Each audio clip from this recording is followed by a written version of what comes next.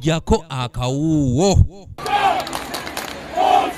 Wini Nanyondo enkya ya leero addukidde ddakiika 4 n'obutikitiki 2 n'obuwuzi 24 mu mbiro ez'obuwanvu bwa mita 1500 erongo n'akuta ekifo kya 2 ne kimuyisaawo okugenda ku luzannya oluddiriro lw'akamalirizo ekiwadde balina Uganda essuubi eri omudaali ogw'ekika kyonna ky'anaaba asobodde. Ono amalidde mabega wa munnansi w'eggwanga erya Kenya Faith Kipyegon awangudde empiro zino ate ye munnansi w'eggwanga erya Australia Linden Hall n'akwata ekyokusatu. Bano bagenda kudda mu nsiike ku lunaku olwokusatu okulabako abanaayitawo okwesogeza akamalirizo n'okulaba banaavuganya ku midaali mu mita 1500. Ate ye munnayuganda omulala adduka embiro ez'okubuuka obutego steeplechase Perus Chemutayi naye ayiseewo okwesoga oluzannya oluddako bwaddukidde ddakiika 9 n'obutikitiki 12 n'obuwuzi 72 n'akwata ekyokubiri emabega w'omuwanguzi ku mutendera guno munnansi w'eggwanga lya Bahrain